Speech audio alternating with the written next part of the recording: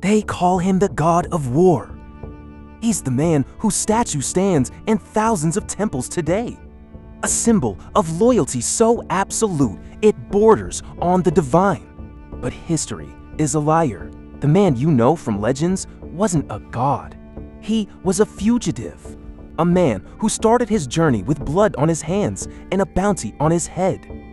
He was a general who commanded armies that could shake the earth, yet he died in a mud-caked, lonely outpost, betrayed by the very people he swore to protect. We've all heard the myth of the Peach Garden Oath, but today we're going to strip away the incense and the gold plating. We're going to look at the man underneath the armor. How does a man rise from a desperate outlaw to become the most respected figure in the Three Kingdoms? And, more importantly, how did his uncompromising nature, his benevolence, actually turn into a prison that guaranteed his destruction? If you think you know the story of Guan Yu, you only know half the truth. Let's head back to the chaos of the late Han Dynasty and find out what it really cost to be the god of war. To understand why Guan Yu became who he was, you have to realize that he didn't start in a palace. He started in the mud. History tells us he was a fugitive. But why? The legends say he killed a local tyrant who was terrorizing the weak. In a world where the Han Dynasty was rotting from the inside out, the law didn't protect the innocent. It protected the corrupt. By striking down that tyrant, Guan Yu didn't just break the law, he became an enemy of the state. Imagine being him. For years, he was constantly on the move, never sleeping in the same place twice. Every shadow looked like a bounty hunter. This isn't the god of war we see in temples. This is a man living on the edge of a blade. This experience shaped his entire philosophy. He learned early on that the world was broken. He saw how the weak were trampled and how justice was a luxury. This is the origin of his benevolence. When he eventually met Liu Bei and An Fei in that famous peach garden, it wasn't just a romantic promise to die together. It was a tactical alliance of three outcasts. They weren't fighting for a king. They were fighting to build their own version of order in a world that had gone insane. But here's the critical point most documentaries miss. That vow of loyalty wasn't a weakness. It was his only anchor. When you have nothing, no land, no family, no status, loyalty is the only thing that makes you human.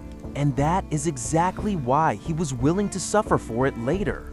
Now, imagine you've just been captured. You're separated from your brothers.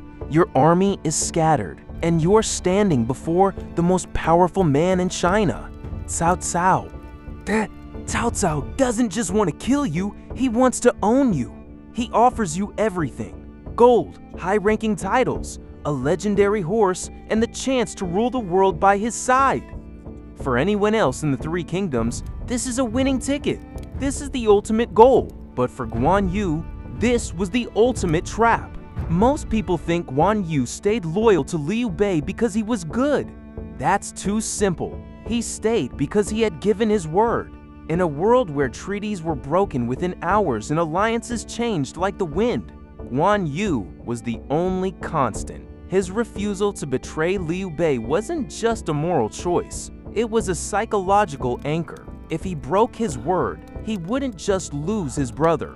He would lose the only version of himself he could live with.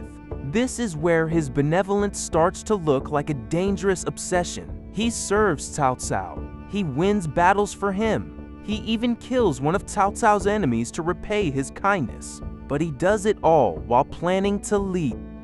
He was essentially living a lie to honor a truth. This is a high-stakes, 24/7 psychological battle. He wasn't just fighting Cao Cao's enemies. He was fighting the temptation to just give up, accept the power, and live in luxury. But as he rides out of the city, leaving the gold behind to find his brother, he has no idea that he's walking into a future where that same loyalty will be used to bleed him dry. By 219 AD, at the height of his power in Jingzhou, Guan Yu was no longer just defending territory.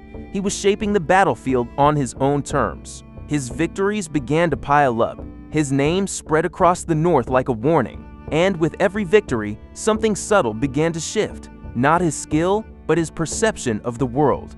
He no longer saw Eastern Wu as an equal ally.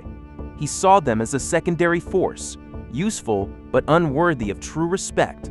This wasn't a sudden change. It was the slow weight of success. And success in the Three Kingdoms is often indistinguishable from arrogance. Then came the campaign against Fancheng. On paper, it was another military operation. In reality, it was the moment Guan Yu pushed his strategy beyond its safe limits. He advanced north with overwhelming confidence, striking deep into enemy territory, and, for a brief moment, it worked. The floodwaters he unleashed shattered Cao Cao's reinforcements, drowning entire armies in a single decisive move. It was not just victory, it was dominance. But every great offensive has a hidden cost. While Guan Yu focused his forces in the north, Jingzhou, the foundation of his entire power, was left increasingly exposed. Supply lines stretched thinner, defensive forces were reduced, communication slowed, reaction time disappeared. What looked like expansion was structurally exposure, and in a fragmented empire like the Three Kingdoms, exposure is never temporary. It did not take long for Eastern Wu to notice. And what they saw was not just opportunity, it was inevitability. To them, Guan Yu was no longer a shared ally against Cao Cao. He was becoming something far more dangerous, a northern warlord in the making, standing between them and their survival. So the alliance that once held the fragile balance of power began to collapse, not through a single betrayal, but through a shared realization. If Guan Yu succeeded, someone else would have to fall. Meanwhile, in the north, Cao Cao was watching closely. Fancheng was not just a defeat, it was a signal.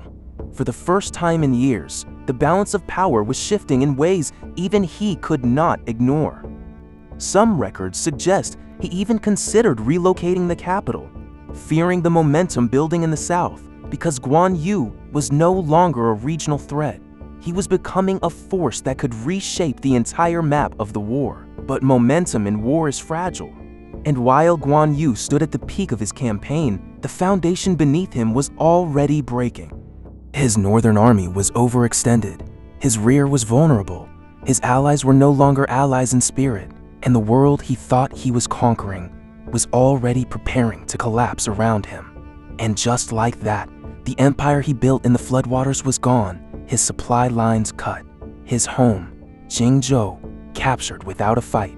His own soldiers, the men who once walked through fire for him, started to desert under the shadow of the Wu banners. Guan Yu wasn't defeated by a superior warrior.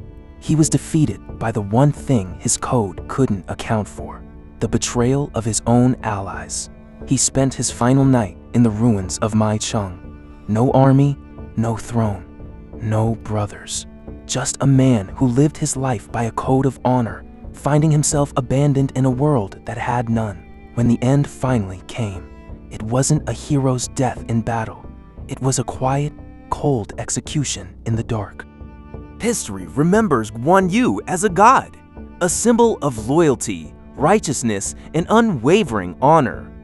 But history does not remember what those qualities cost him. In a world built on shifting alliances, loyalty was not strength, it was predictability.